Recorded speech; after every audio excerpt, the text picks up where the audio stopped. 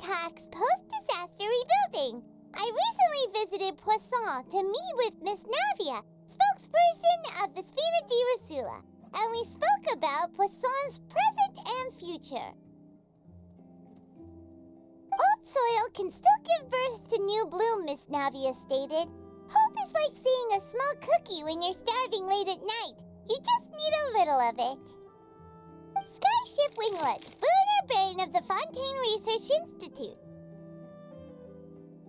The various disputes that have arisen on account of Mr. Edwin have suddenly become a shield over the Institute, with Jurier turning out to be a once overlooked hidden gem.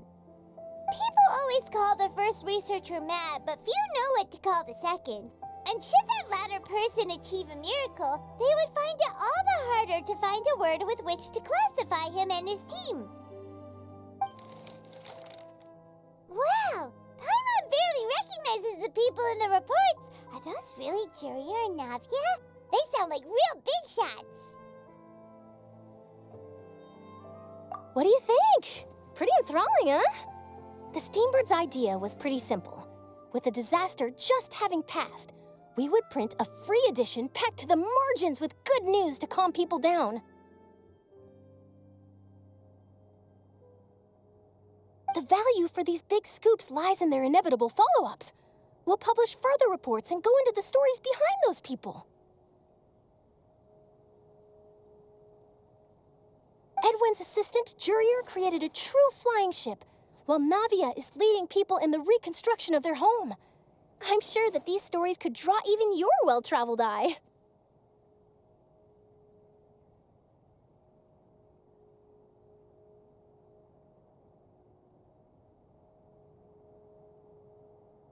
Paimon's curious too! Wait a minute. Didn't we watch everything happen from start to finish? What's there to be curious about? And that's exactly why I'd like you to come conduct interviews with me. You're the best incubators of news, if you haven't noticed. And also, with you around, I'm sure I'll get to see that Duke. Are you sure? Hasn't he turned you down several times already? Oh, this time will be different. Come on, let's head to Poisson first, and then make a trip to the fortress. There are some things you'll only know when you get there. Navia! Oh, it's you. What brings you all here? Hey, we're just having a look around. I'm here to update myself on how things are going here. Oh, the Fatui are here too. Let me introduce you. This is Mr. Garunt Snežević. He represented the Knave in sending us a large amount of supplies, and is helping with our work. Our residents are hard at work as well. Thanks to everyone, work is progressing nicely. We've lost a lot of people, but we're moving forward. That will have to be enough. Hello, Miss Charlotte. I'm a big fan of yours. I especially like that article you wrote last year about Fontaine's stray cats. But if you don't mind, could you not emphasize our role too much in your report? It's not charity we're doing here. We just happen to share the same interests as the Spina. I get where you're coming from. I'll keep it as simple as possible. Or would you be willing to feature as friendly neighbors? That would be fine. Thanks. Oh, you're back too. How are things? We finished laying down the construction materials. It'll be another hour before the workers are able to go over there. Huh? You're here too, Clorinde? Well, her reputation's greatly risen after that whole duel business with Miss Farina, so she's here in Poisson to wait out the heat. All right. She really came here to help me out. There's too much to consider in the reconstruction of Poisson. The Spina has need of more decision-makers. And, well, I do already happen to be connected to Mr. Callis. Oh, wait just a moment. Do you mind me asking a few questions? You know, about how you felt before the duel, about what it was like facing down a god. There's lots of exciting material there, I bet. Forget it. I'm sure you can find a better theme than that, Miss Charlotte. I see you're the same as always. Couldn't you do me a favor, for Navia's sake? Well, if we're talking about doing things for my sake, You might as well just take a few more photos of me. Or of the Traveler. It's better than wasting time persuading Chlorand at any rate. Of course I will. I'm not gonna let him off that easy. All right, then everyone who wants to be in the photo, gather up. And smile.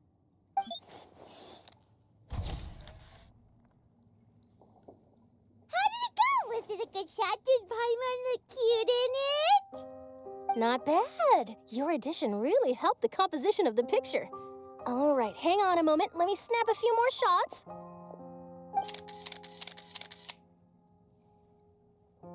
All right, that should do it. I'll be back here later anyway, so let's call it a day.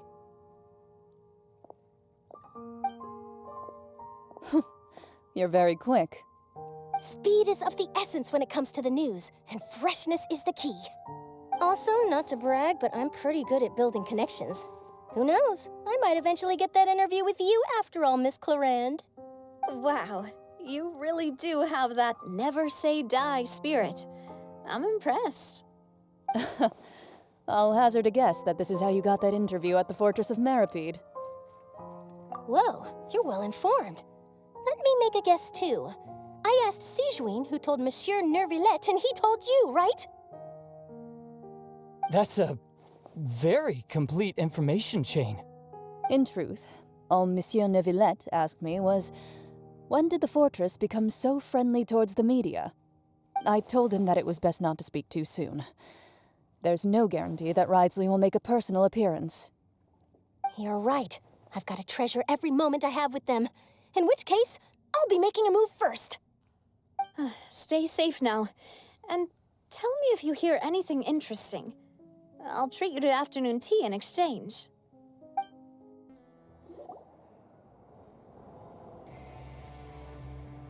Wow, guess we're here again, huh? There's a real nostalgic feeling to this place. Looks like you've been missing us. Duke! Did you come all the way to the entrance to greet us? Of course. I'm here to welcome you and our dear Miss Charlotte, whom our good head nurse recommended to me. It's an honor to finally meet the much-rumored Duke. Thank you for consenting to my visit to the fortress, sir. No need to thank me. But that said, I shouldn't be the focus of your interview. I trust you recall our agreement? Of course, of course. All right then, this way.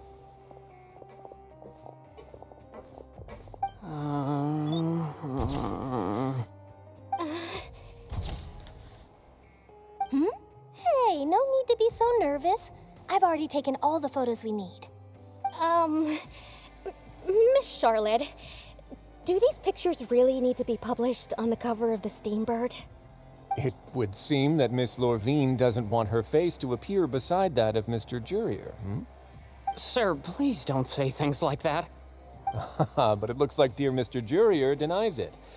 Might this interview be very important to you then? No, I just... This is my first time being interviewed, and I'm very thankful to the Steambird for... Now, I might not look it, but I actually did meet Mr. Edwin once. And I'll be honest, I enjoyed chatting with you more. You've definitely got more of that genius vibe going on. The boat that brought about a miracle, the ark that saved the people. Why, you recreated a myth back there, like an emissary of legend. Still, if I might ask, where's that flying ship now? Huh.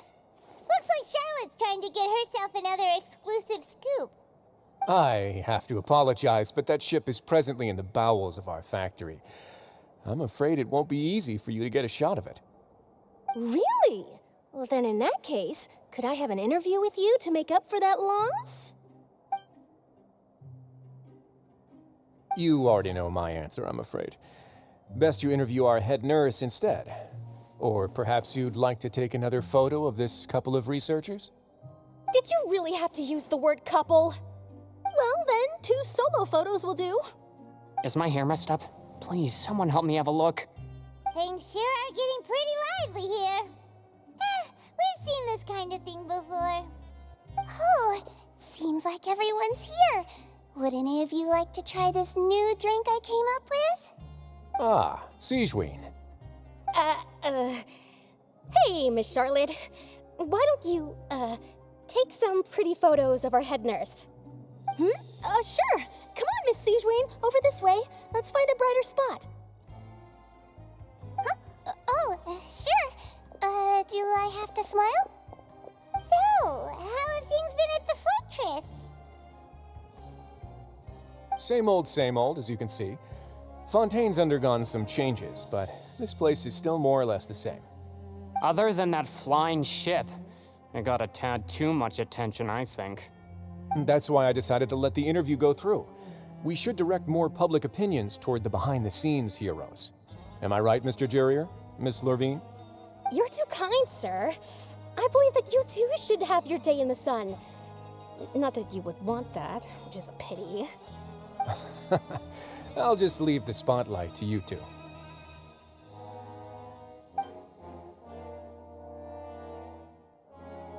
I see. Lots of things happened that day, huh? Anyway, regarding that Harbinger, I'm not sure you remember, but his 3 young followers are still waiting for his return. He sure did win them over, huh? I'll tell them that there's good news and bad news. The good being that their boss seems fine, and the bad being that they must face extended sentences for abetting his escape. Oh, actually, what about you? Are things gonna change for you too? What change can there be? The fortress will keep chugging along, and so will my duties. As to what Miss Farina's departure will mean for the nation, and if our laws and governance will be transformed, we'll leave those to the folks in the overworld. Hey everyone, the photo shoot's done. Good. In that case, let's call it a day here. Thanks for your cooperation. Come on, Traveler, let's go. Till next time, everyone. There'll be a next time? Maybe. Who knows? I might write a story about the underwater factory next time. Until then.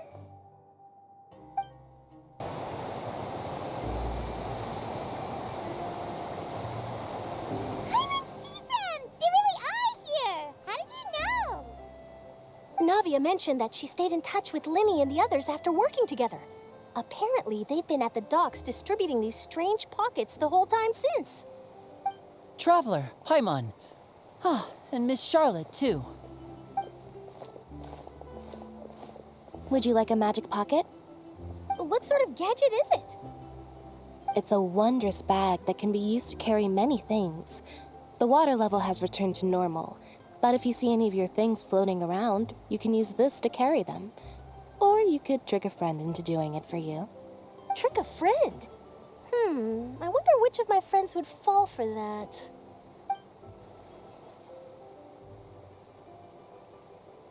You could just make a friend like Fremine here. Isn't that right, Fremine?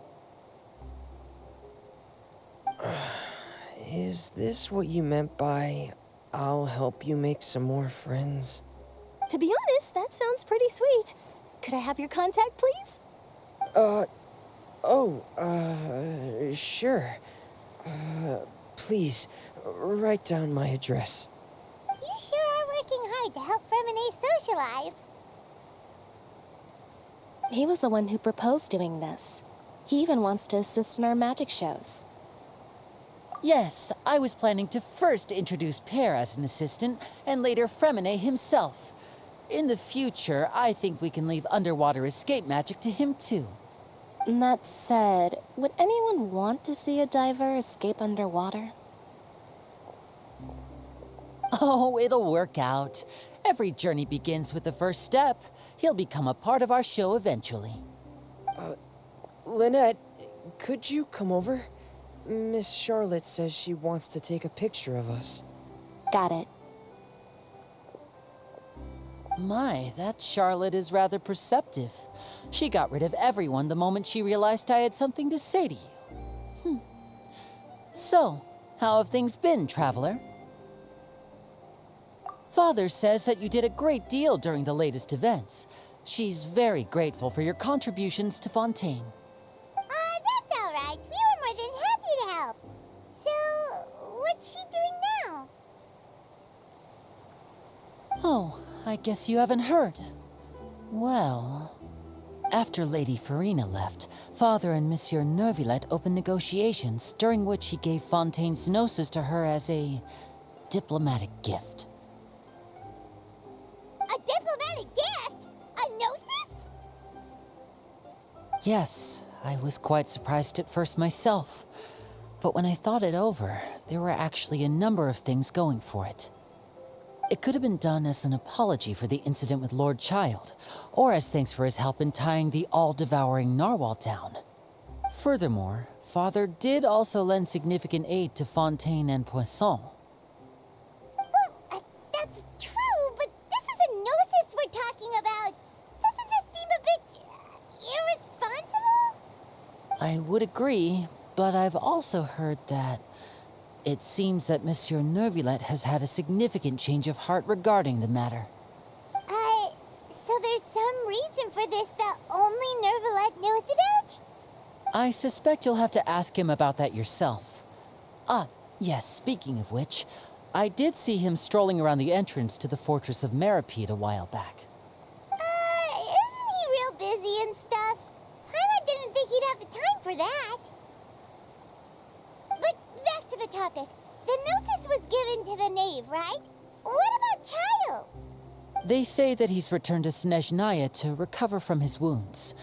I hear that the recent disaster really did a number on his health.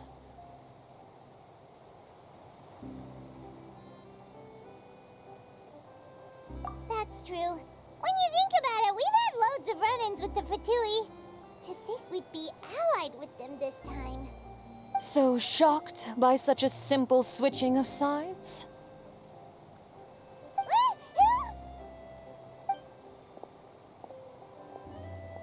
Father!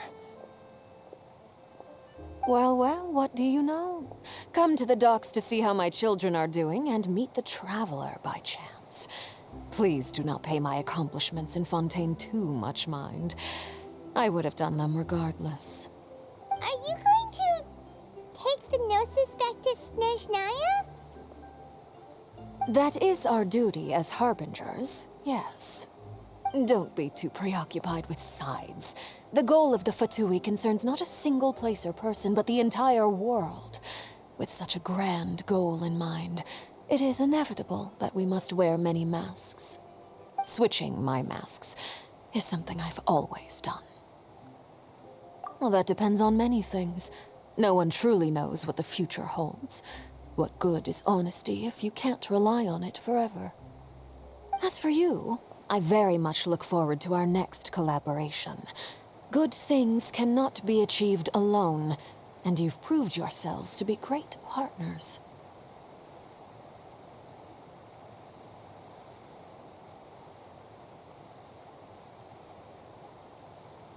A vision? All right. I'll remember to return it. Thank you for keeping it safe for him this entire time. And that's a wrap for me. Huh? You're... Greetings, Miss Journalist. Hello. If I'm not mistaken, there are diplomatic channels I'll need to report to take a photo of you. That is correct. So forgive me, but I will not be able to serve as a subject in your article. However, feel free to write as much as you'd like about our dear magicians and our upcoming rookie talent. I will. The sea breeze is quite pleasant. I shall continue my walk while the weather remains so agreeable. Farewell. Farewell, Father. Oh, she has such an intimidating presence. I didn't even dare to take a picture. Thankfully, I've already wrapped up all my pre-scheduled interviews. Thank you all. This'll be more than enough for me to write about, I'm sure. Don't be too nervous. Why don't you take a magic pocket before you go? Here, Traveler, Paimon, you take one too. To move things about? That's right. Funny. I was giving out magic pockets when we first met too.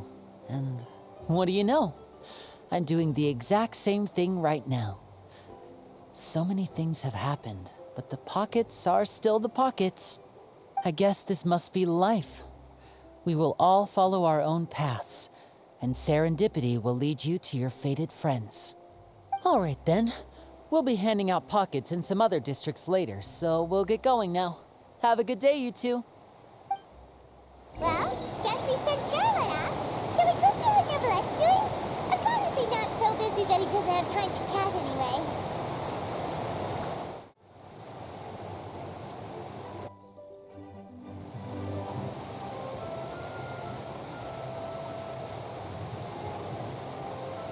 So, you really are here, Neverlette.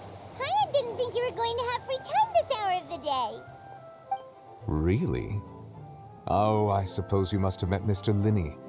He took the time to greet me earlier when he passed this way. In any case, you came at a good time. I was just considering reaching out to you to set up a meeting, so I may explain some things that I haven't had the time to before. Aw, Paimon's glad that you remembered. Thank you for keeping us on your mind, what with you being busy and all. Alright, let's have it then. How was Fontaine actually saved? The whole business is still quite the mystery to us. It is strange how words can often leave a bitter taste in the mouth when it finally comes time to say them out loud.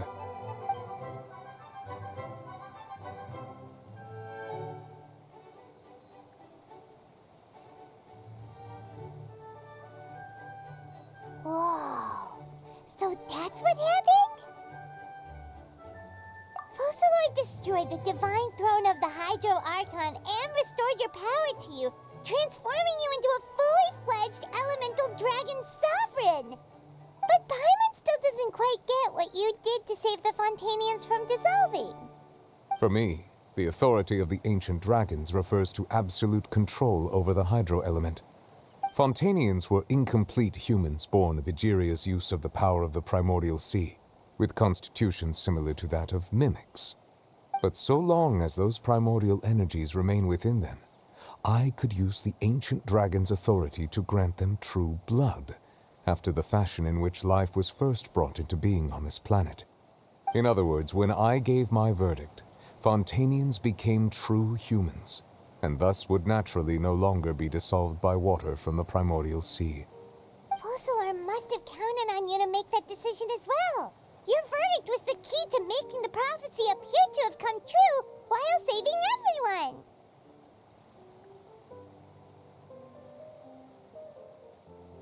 Yeah, and in a manner of speaking, Focalor finally managed to fulfill the original Hydro Archon's wish to turn Oceanids into real people too! It seems from your expressions that you still have more things you wish to ask. Ask away. I will tell you the truth as I know it.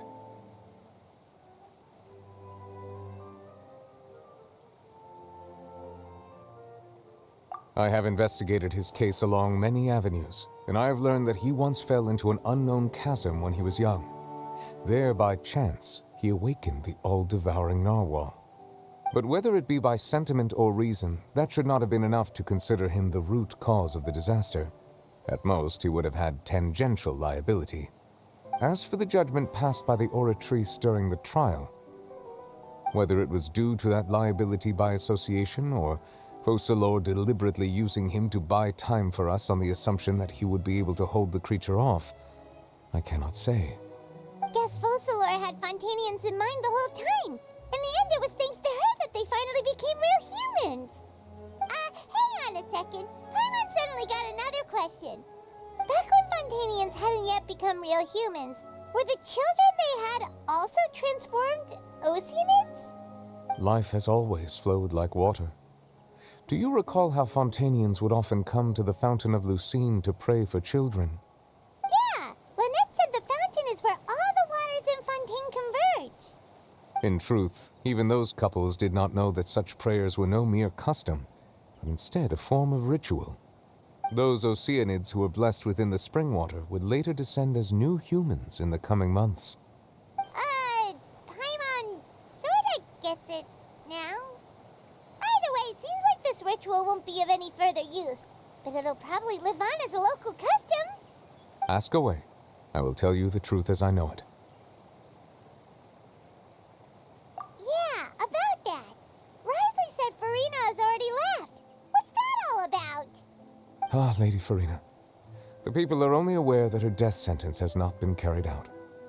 She abdicated the post of Hydro Archon and left affairs related to that title to me, before leaving the Opera House. I related Focalor's words to her faithfully and completely. After hearing them, she seemed neither saddened nor comforted. She simply said that she was tired and needed to rest. Having said that, she then packed her things and moved out of the Opera House, not unlike how an ordinary person might. But she's still got a place to stay, right? You need not worry. I will make arrangements to ensure that she will not want for food, clothing, board, or travel. In truth, I am somewhat happy for her. The wear and tear on her spirit will, of course, take time to heal. But now that she no longer has to play the role of Focalor the Hydro Archon, she can finally lay down her burdens and lead a normal life. What about you then? What are your plans now that you've regained your full powers as the Hydro Dragon? After Focalor passed on, the Oratrice also ceased to function. This matter will directly affect our trials. After much careful consideration, I've decided to take over its role in our courts. From now on, I shall hear cases and pass verdicts by myself. Looks like you're still considering stuff from the perspective of the Udex, huh? As an elemental dragon, there are indeed many things that I must do. But this power and this duty, in a manner of speaking, you could say that both were granted to me. As such, before I attend to my other responsibilities, I must first and foremost continue to serve Fontaine as its highest judge. The duty of the Hydro Sovereign and the duty of the Udex shall coexist within my person. Additionally, the Hydro Archon's departure has brought about another problem, which is that the Opera House shall no longer produce indemnitium. That's true. That power was derived from the people's faith in the Hydro Archon, wasn't it? Wait, but the various mechs and machines in the city are all still okay. Where are they getting their energy from? As I am now, I have full command over New Musia, and it can serve as a complete substitute. Another reason why I cannot quite leave Fontaine immediately. Wow. This ancient dragon's authority stuff is really quite useful, huh? Ask away. I will tell you the truth as I know it. Oh, that's right! They say you've given it to the knave as a diplomatic gift or something! Leaving aside their intentionality, the two Fatui Harbingers have indeed done much for us during this crisis. Their sole remaining goal in Fontaine, at least at this point, would seem to be the Gnosis. The Oratrice has ceased to function. The Hydro Archon's divine throne is now no more, and I do not need the Gnosis's power.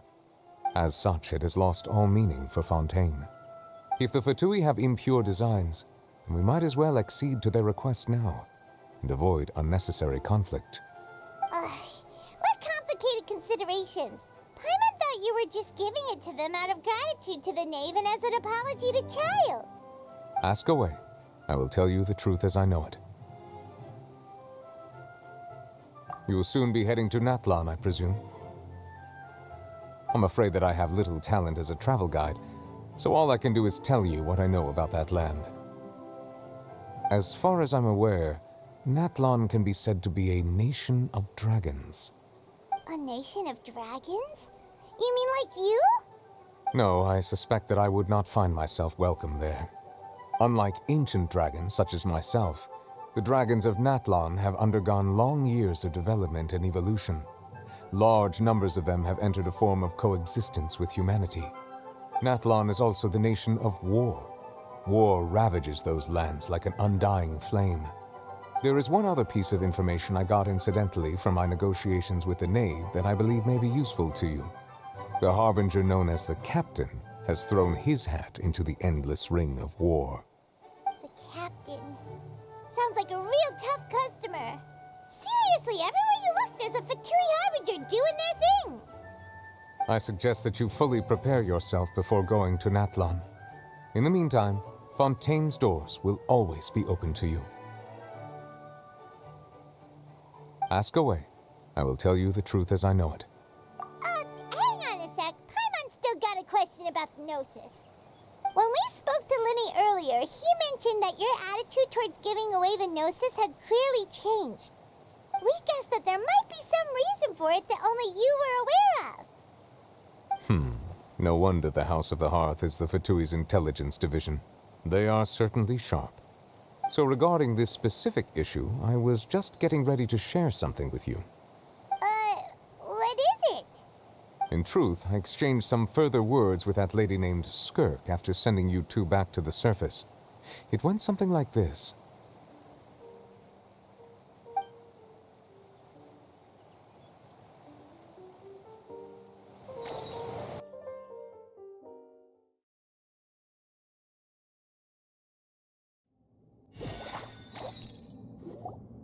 Well, we're going to head topside to see what's going on. You hurry over soon as well, all right, Nervalet? What next? The all-devouring narwhal isn't here, so I'm no longer getting any interference. I can finally catch the scent of your power, what it's made of. It is the authority of the planet's primordial dragons, but with something very similar to a god's curse mixed in. It's quite a novel blend. I'm sure I've encountered something like this before. What was it again? I do not know what you speak of. Of course. How could I forget? You should have the remains of the third descender on your person, yes? Remains? I've never heard of any such thing. According to your parlance, I believe it may be called a gnosis. Well, that much is true. After Focalor's divinity faded, she handed her gnosis to me. But I fear I have never heard of it described in the manner that you just did. I've been training with my master, the Fowl, ever since I was young, and I have never returned to the surface since. So most of the information I possess, I got from him. It is only natural for those who are greater than humanity to possess a different sort of common sense, which is why there are so many problems in our attempts to communicate with humans. Regardless, you should probably get rid of objects of misfortune to prevent any disasters from befalling you. To live in itself is a blessing. But once a person dies, the bonds he once had with this world shall all turn to curses. What do you mean by that? No need to fret. These are just my personal thoughts, and my reason for no longer wishing to return to the surface. This third descender you refer to, who are they? And when did they die? Master never mentioned them to me. Perhaps it just wasn't that important for me to know. If you're interested, though, I could ask him. I'll be sure to pass the answer on to you next time. Next time? You believe we will meet again? I do. Wait. I have a disciple of my own, don't I? He can be the messenger, then.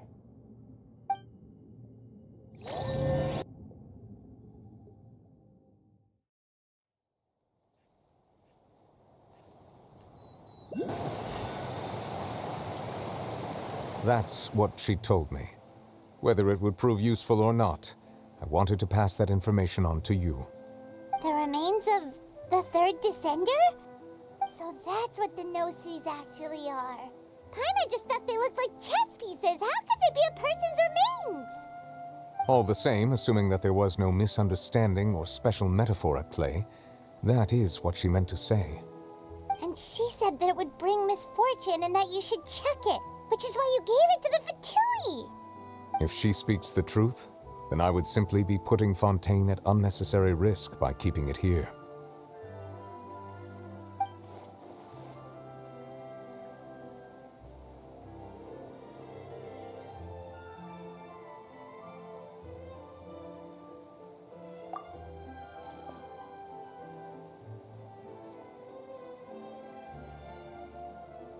I had guessed that you might already be familiar with this concept, but I did not expect you to be one of them.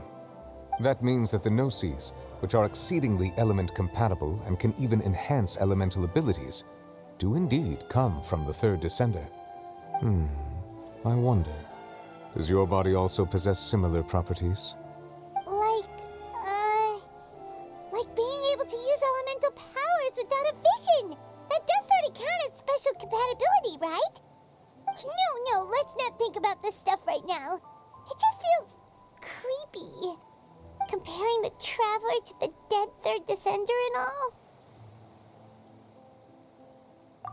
you say, but this topic still feels like bad luck. Once Child recovers, let's get some more answers out of him. Or go look for his master and get the answers that way. I too believe it unwise to make too many blind guesses when information is lacking. The same is true of being at court. All right. Whatever the case, it seems like the crisis here in Fontaine's over for now. Yes. All of Focalor's efforts were for this moment as well. But she sacrificed herself in the end as a god, and she suffered through all those years as a human. Was that really what she wanted? I suppose that would be the mystery of a god's will. I suspect not. But once in a while I too would guess that if wishes were like the clouds in the sky, they will one day return to the earth as raindrops. Life flows like water, and rain is the final answer. The water levels may sometimes tilt one way or another, but the rain falls fairly upon all. And what, ultimately, is the difference between the rains that fall upon all of us?